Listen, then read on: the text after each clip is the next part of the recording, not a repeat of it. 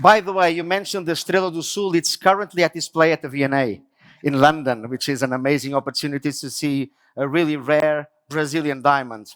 Well, our next guest speaker is, according to my mother, the most good-looking one. It's me. So I'm not going to introduce myself. I would just ask to just put my presentation on screen. Otherwise, I can just stuff sausages while it's not in there. It's there already. So yeah, my talk will be quite similar. Not this one. My talk will be a little bit similar to Ioannis, but I will focus not on designers, that's not me, but I could use the hat sometimes, not on actually on designers, on modern high-end value gemstones like Cuprian albites, etc. I will focus on the historical part of the birth of the color gemstone industry here in Brazil. So if you care to put my PDF, which has the flowers, the colored flowers, please. Well, they are searching, but I can start telling you that thank you very, very much. Oh, it was my fault. I need this. So when the Portuguese arrived in Brazil, more than 500 years ago, we found this. So it was only parrots, mosquitoes, trees, no caipirinha, unfortunately. You will have caipirinhas tonight, but not at that time. Well, our good friends, the Spanish, is there any Spanish people in the room? Well, the Spanish, they were actually in their own possessions in Southern America. They were having gold, silver in Potosia, Bolivia, platinum. People didn't care much about platinum, but they had it. Of course, emeralds in pre-Columbian artifacts, and pearls, natural pearls from Venezuela, Panama, etc. And the Portuguese, we kept with this in Brazil. No caipirinha at all. So there's something had to be made to change things. And the Portuguese king, he managed this adventurous campaigns of very tough men like Wim Vertius, very big guys, went into the main desert of Brazil, desert meaning with no inhabitants, looking for precious metals and precious gemstones. And eventually that happened over time, over a few periods of time. After many, many trials and errors, they found gold in 1690s. And you can imagine if you find gold on the ground, you immediately start looking at the ground, looking for something else. So more and more gold was found, mainly very small grains of gold that you could just smelt and make coins, make money with it. Sometimes nice nuggets, sometimes huge nuggets. This is security camera. I tried to sneak one out. I couldn't from the royal collection.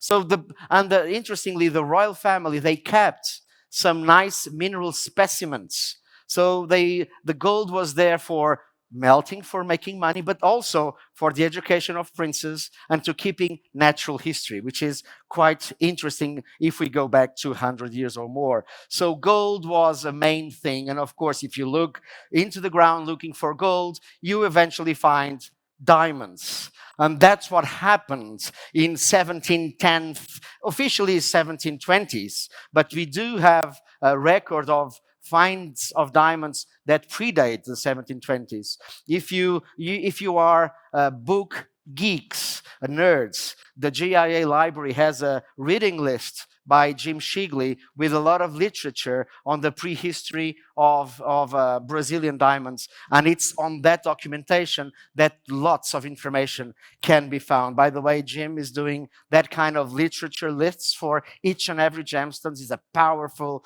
powerful tool for research. And eventually, of course, you look into the ground, you found diamonds, and you eventually find other gemstones in the decades that followed. So diamonds, they were, as we all know, really an important asset for Brazilian wealth.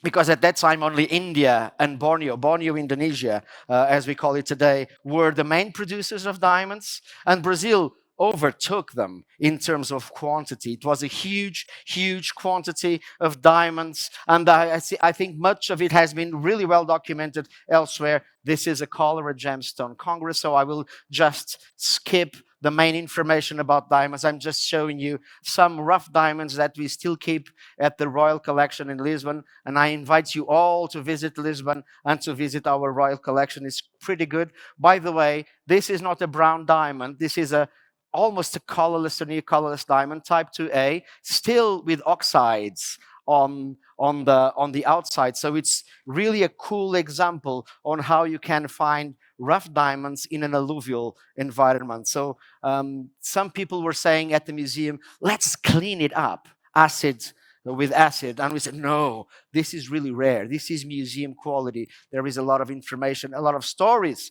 that we can tell just of those brownish little bits of diamonds. Of course, we do have a lot of colored diamonds in the Royal Collection. This is probably the most important one. It's a brownish 31 carat one. But Brazil is mostly known not for the brown stones. And Ioannis, he pointed out one of the greatest examples of it.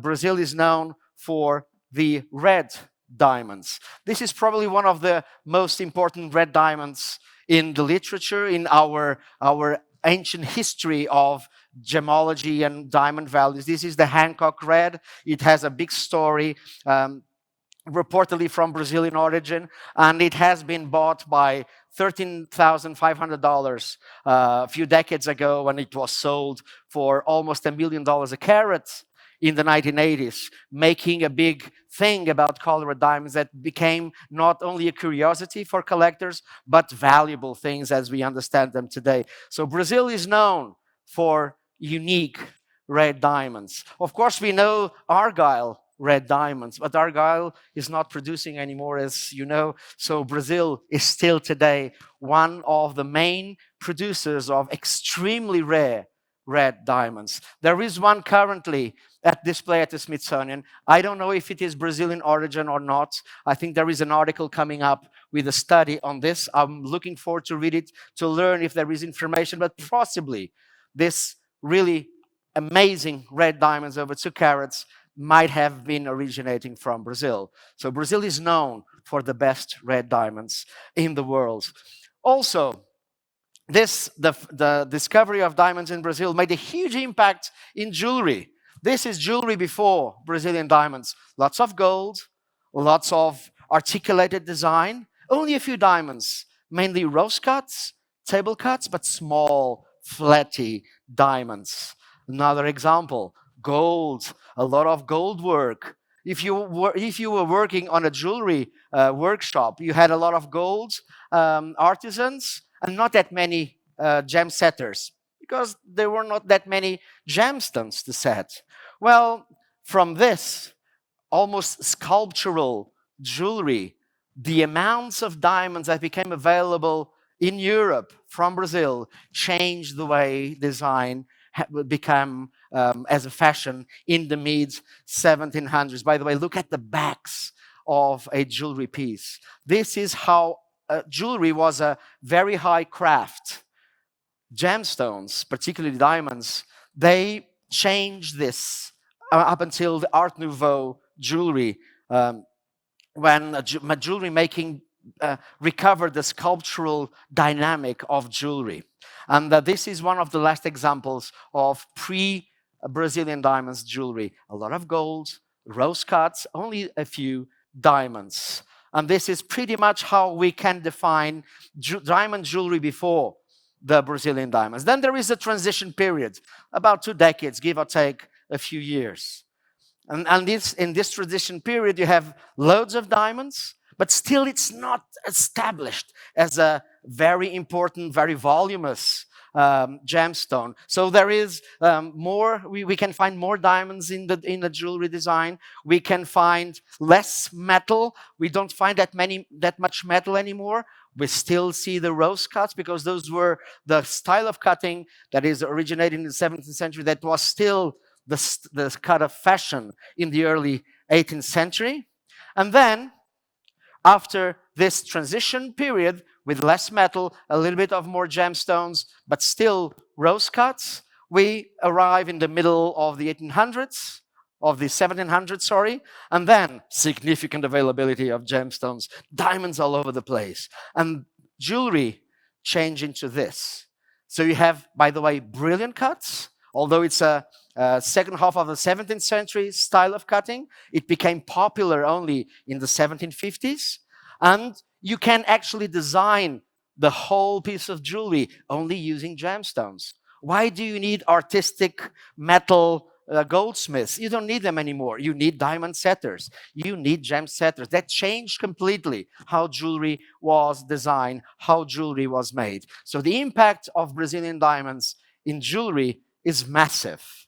Changed completely how jewelry was made. Again, you don't see metal anymore. Metal became like a structure to hold as many gemstones as they were, like in this beautiful ring. So, and I can show you more and more of volume numbers of Portuguese jewelry. By the way, this is French, but this is a statement, by the way. This was made in 1755, 56, right after our earthquake. We had an earthquake in Lisbon that destroyed everything, but the King of Portugal was still the beers of the time. So he was still the lord of the diamonds. And he had to make a statement to Europe saying, hey, we are still strong. So he sent over more than 1,000 diamonds. And he made, ask Jacquemin, that had this big name. He was jeweler of Louis XV of France. And they made this snuff tobacco box. It's quite a sizable one, solid gold, filled with diamonds. To say, hey, we are still in Portugal, the Lord of Diamonds. So this is a political kind of jewelry, making a nice statement. What I want to say is, in the 1750s, we don't see much metal anymore. Metal becomes more silver than gold. And brilliant cuts, they become the style of cut of fashion. This is how important Brazilian diamonds were in the ways jewelry became a fashion after the 1750s. Well, but we are here talking about colored gemstones. This is just to summarize what I've said. If you want to put it in perspective, this is what happened. Well, but we are here on a ICA, colored gemstones. But colored gemstones were found because people were looking for diamonds and gold. And eventually in Minas Gerais, where this beautiful land, and I don't know if you have visited Ouro Preto, but it's a beautiful city. I know that, André, you are from the area, so you know exactly how beautiful this is. And around Ouro Preto and other Minas Gerais areas, lots of colored gemstones became available. And from that time on, there was so much quantity and variety of colored gemstones for Portuguese, and by the way, Brazilian jewelries by the end of the 18th century, beginning of the 19th century, especially when Prince John, the Regent John, João, Príncipe Regente, arrived in Europe because we were running away from Napoleon, from the French army. After that, jewelry became more important as a national manufacturing work of art. And jewelry became quite colorful. While in Europe, a lot of paste glass, colored glass, was being used, and by the way, doublets, to make up color, well, the Portuguese and the Brazilian, we had locally in mind colored gemstones to make colorful pieces of jewelry. This is only a brief list of what became available in the 18th century as far as gemstones. Topaz, beryls, mostly aquamarines and almost colorless beryls. Also, curiously, not tourmalines that much. And also varieties of quartz, rock crystal, citrine, amethyst, red garnets, chrysoberyl, the greenish yellow variety that also Ioannis mentioned. So this was what became available. And it was, in many instances, those gemstones were not as expensive as diamonds, rubies, emeralds, and sapphires, but they were custom cut for the type of jewelry designs that were popular at the time. Flowers, leaves, vegetalistic motifs. So all the cuts, instead of just cutting round squares, rectangles, things were cut on a way that then jewelers, they could use those gems to just make beautiful leaves, branches, flowers, because that was the fashion. That was what people expected from a jewelry piece that was sometimes embroidered on dresses, which is an amazing thing. Well, this is from your mind, isn't it, André? From Capão? As Ioannis said, topaz might have been the most important gemstone that was discovered in Brazil, in the Ouro Preto region. Sometimes they were yellow, sometimes they were of this color, and he showed up a wonderful example of it. We do have also some wonderful examples in Lisbon, if you care to visit. This is a rose-cut imperial topaz, and let me use the word imperial as a Brazilian term, but as Ioannis also said, some people also defend that it is actually from Russia, from the Sarnaca deposits in the Urals. But I'm in Brazil, let me call this imperial because imperial is Brazilian. So this is a rose cut, and I tend to believe that rose cuts in colored gemstones, especially topaz, they are more in line to the primordial decades of the 18th century, 1740, 1750, than the ones that were cut by the end of the 18th century, that they were cut with with a crown and a pavilion. The rose cuts are more ancient than the other cuts are. So this might be a nice indication. Like in this 1745-50 piece of jewelry, look at the cut of the topazes, rose cuts, which is quite unusual today, but it was not unusual in the 18th century. As Ioannis also said, foil backs were really common on those days, just to make the color a bit better, which is the case. This is a light pink topaz with a red foil back, but sometimes was also, as we saw on Ioannis' examples, orange or yellow topazes, and maybe they wanted to enhance it with a more reddish tone. And as you can see from this image, that's the real color of the topaz, but the perceived color is pink or reddish. And now I ask you, is foil backing a treatment or just a jewelry practice? Well, this is a good discussion, because once you take it out of the setting, there is no impact on the color of the gemstone. But according to Sibjo, foil backing, colored foil backing, is considered a treatment and should be disclosed, of course, when the gemstone is set. More examples of Portuguese jewelry using topazes, all with foils. The foils all have color. And sometimes you see normal necklaces that went from a private, normal usage to a more devotional, religious use. So we see a lot of religious implements that are embellished with gemstones and with elements of pieces of jewelry. We see that all across country. As you can see, that is the very same necklace on that monstrance. Also, today we see late 18th century jewelry using Brazilian topazes, color and with no color, being used creatively as a tiara. So those were earrings, a ring, and a breastplate, but all of a sudden, it's a nice, very posh tiara for a wedding. Well, moving on, ladies and gentlemen, topaz is not only yellow or pink or orange. The vast majority, actually, it is colorless. We don't see colorless topaz anymore in jewelry as much as we did 200 years ago. And by the way, they were locally called pingo d'água, drop of water. That's what it means. Because today, and by the way, some more examples of colorless topaz. Because today, most colorless topaz, as most of you know, is treated mostly with irradiation and heat treatment, or even with coating to become any other color, but blue being the most important one. And colorless topaz is not as sexy as it used to be as a gemstone, as it was 200 years ago.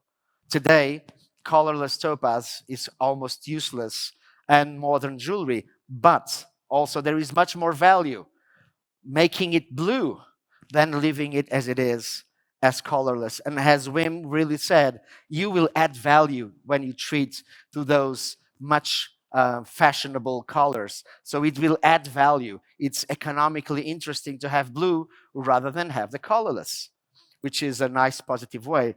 Well, another important color gemstone of Brazilian origins is chrysoberyl, greenish yellow, yellowish green chrysoberyl, that in Portuguese and Brazil you can say crisólita or crisólito. You can translate into chrysolite, but actually in Europe chrysolite is more peridot, which is olivine, as most of you know. So we'd prefer to use chrysoberyl, but you still see in a lot of historical descriptions the way chrysolite in many spellings, Portuguese or even English. And those chaps are, in the Portuguese market, they are so popular. Also in auction houses, and Ioannis is the real expert, but they can reach out really high values. And interestingly, those are also foiled, but with no color. But then the culettes are painted black. And we will talk about painted culettes as well. Well, this was a movie, and it doesn't move anymore because it's a PDF, not the keynote on Mac. But if you can see the shapes, the outlines of the cuts, those are actually made on purpose just to fit the flowery motifs, which is really a good thing. Custom cut today is luxury. In those days, it was a normal practice to serve the jewelers that needed those cuts to make their own very popular designs. All of those buttons are, if you look carefully, only the central stone is round. All the others, they are custom cut to make those round fillings. And one question, do you see metal? We don't see metal anymore in jewelry.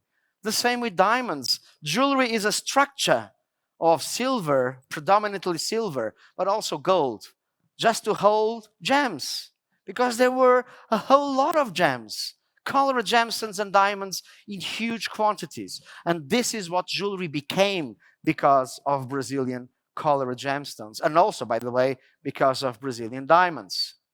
Well, more use of chrysoberyl. I can stay here forever talking about these things. As most of you know, I don't shut up. Well, this is a beautiful, this is about this size, guys. It's huge. Look at the cuts, all custom cuts. You have chrysoberyl with foil, not color. You have topaz with color with foil. You have only 2 diamonds. Do you see metal? Jewels became gems because of you, because of Brazil. And I think this is really a cool story. And more, let me tell you, just a side note. Jewelry and gems today are less and less about the product and more about the story. And if the story is a truthful one, and if it is a good one, and a positive one, then we will have a better chance of thriving as an industry. So going back to the presentation, aquamarine. Originally, in Portuguese jewelry, we see a lot of greenish beryls that sometimes people would hardly call them aquamarines because they are greenish. By the way, this is what we think is called the Bragança diamond. Some of you have heard about it. 1,680 carats. It's supposed to be a diamond in the time of the Prince Regent. Then in many books as a topaz. This is in the Royal Collection. It weighs approximately that amount in gram, and possibly why the king would keep a pebble of aquamarine. You can see the hexagonal shape over there. And possibly this is the Bragança diamond. Well, but let's move into aquamarines in 18th century jewelry. And this is a monstrance. Look at the color of the aquamarines. Green. It's not blue. We do see blue, deep blue aquamarines in Brazil, beginning of the 20th century. Also in the late 19th century in the Urals, Russia. But not in previous times. Predominantly green. As most of you know, today, it's a common trade practice to heat beryl, greenish beryl, so you can inhibit the yellow component that causes the green, so the blue comes better. Possibly they were not heat treating those beryls on those days. But as most of you also know, heating aquamarine is an undetermined treatment. It's really hard or barely impossible to check it under normal gemological conditions.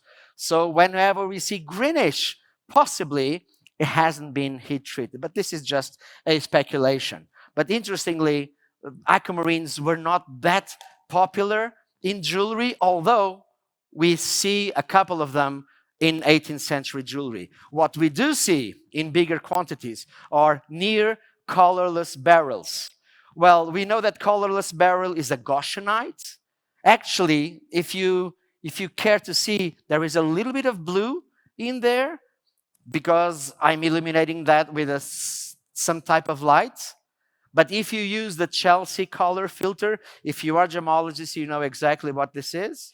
Then you can check it will give a green color under the filter, meaning there is actually something there that tells us this is a very pale aquamarine, not Goshenite. Goshenite is actually extremely rare as a gemstone, is a more collector stone than a gemstone. Another example, you see the color? There is a little bit of blue, but if you just see from a glance, looks like a colorless gemstone, but it is not.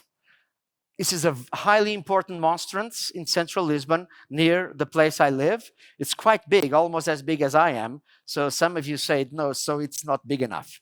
But all of those colorless gemstones is a mixture of diamonds and beryl, which is amazing. You use a Chelsea filter and everything turns green.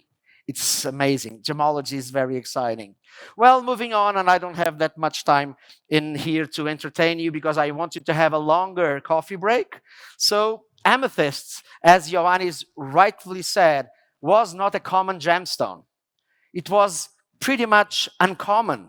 In Minas Gerais, a few examples were being found, but not in the quantity that became available in the early 19th century with Rio Grande do Sul material.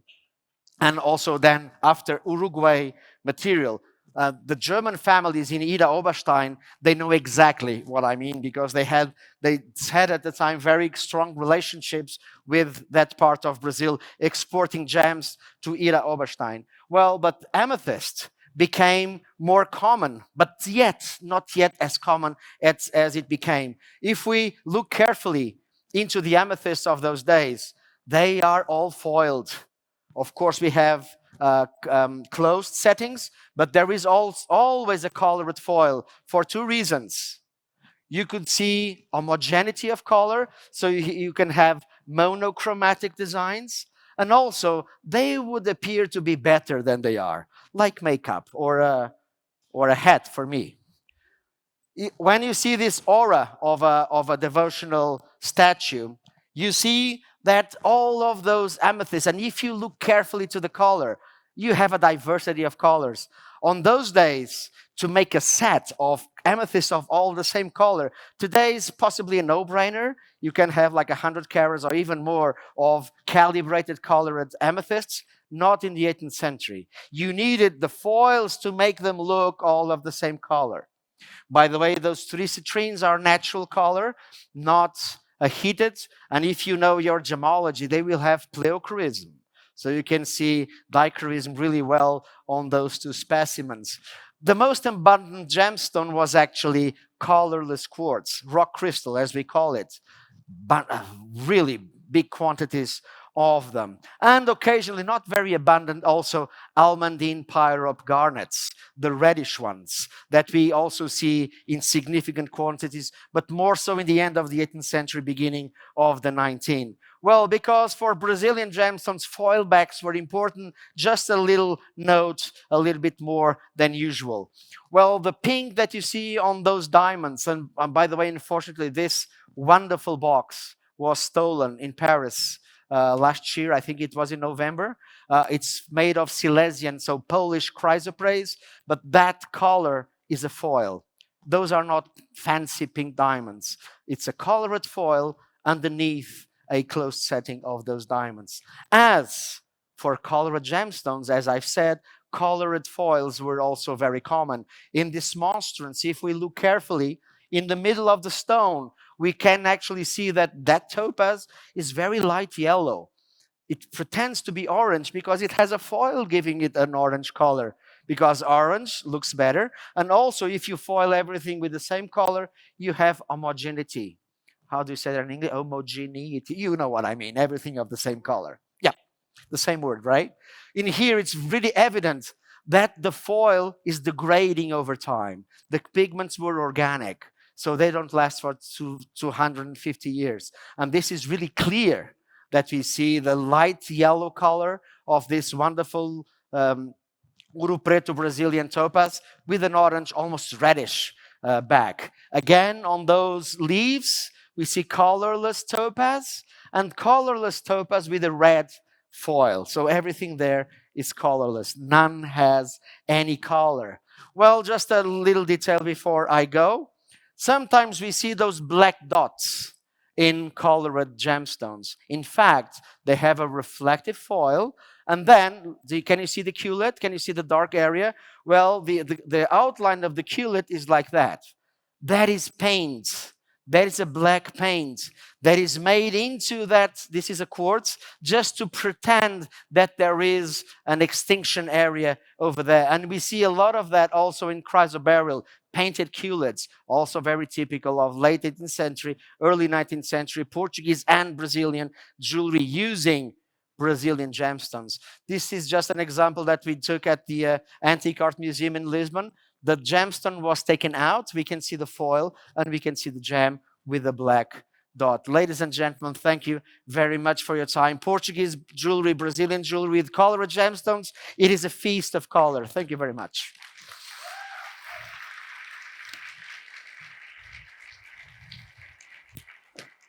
Wonderful presentation, Rui. It was really, really good. Thank you. Can you go back to your seat? Thank you very much.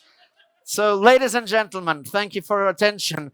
We will have a longer coffee break because lunch was quite squeezed. So I'm really grateful that we could all be compacted in our sessions.